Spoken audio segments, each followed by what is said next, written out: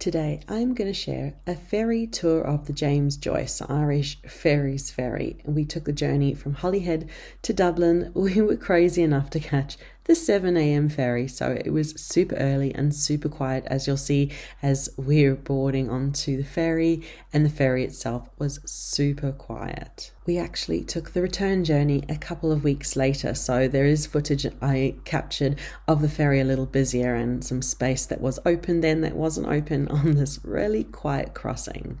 So I am going to share a look around the ferry, and we booked a room. I'll share that as well, and everything that you need to see when you're on the James Joyce. And I've shared some other ferry videos in the last couple of months and last year as well, all of the Irish ferries and Stena. I'll leave those in the information cards and down below as well, so you can watch more ferry tours as well. So right now we're just making our way onto the ferry, and then we'll have a look around and I'll show you around my room as well.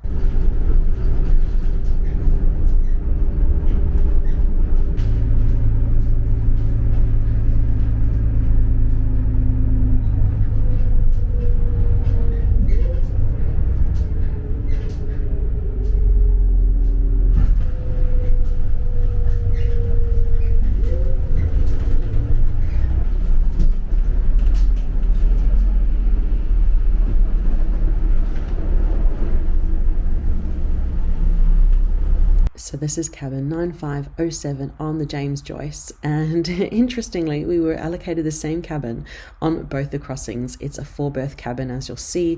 You come in, there's a little ladder to be able to attach onto the bunks, a little bit of space to hang your coat and be able to have a sit to get the shoes on off. And this is what the inside of the cabin looks like. There are 2 beds made up a little porthole, and there's some beds on the top as well, and so you can kind of look out and keep an eye on where you are as you're making your crossing from Holyhead to Dublin. The room also, if we have a little swivel around, does have a bathroom, so you've got your own private ensuite in the room here, which is handy, especially when the ferry's busy. But even on the quiet crossing, it was just nice to have our own space here. You could take a shower if you want to as well, but there's everything that you really need. It's nice and handy. We've stayed in a couple of the rooms in different Irish ferries, and they're all nice and comfortable, and a nice way to have some peace and quiet while you're on the crossing. So it's just a lovely, calm, quiet morning, and it was really calm seas. Initially it was a little bit rocky as the journey went on. Once we've settled into our room, I like to make my way straight to some outdoor space, and we watched the sail away from Holyhead on this calm and peaceful morning.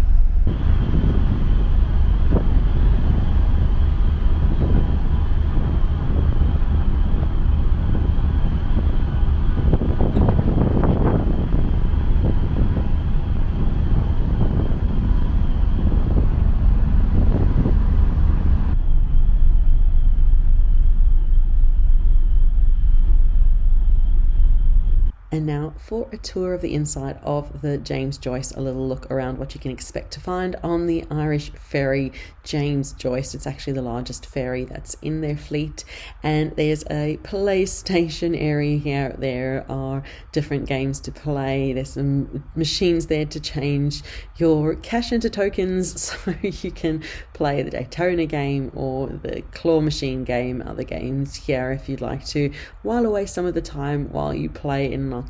Then you could do that here on the James Joyce.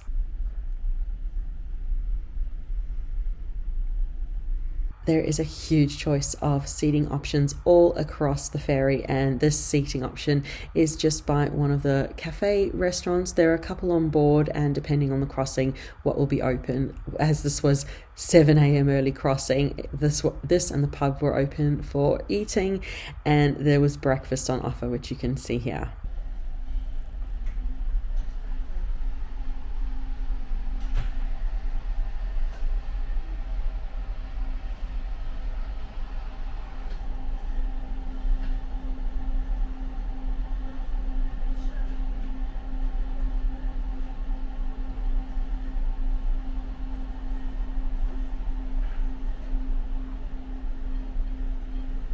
On my crossing a couple of weeks later, there was a further restaurant open. So this wasn't open on my 7 a.m. crossing, but was when I crossed. It was in the afternoon, a Saturday a couple of weeks later. So you can have a look around at the food offerings here. And we actually got some food, which I'll show you in a little bit.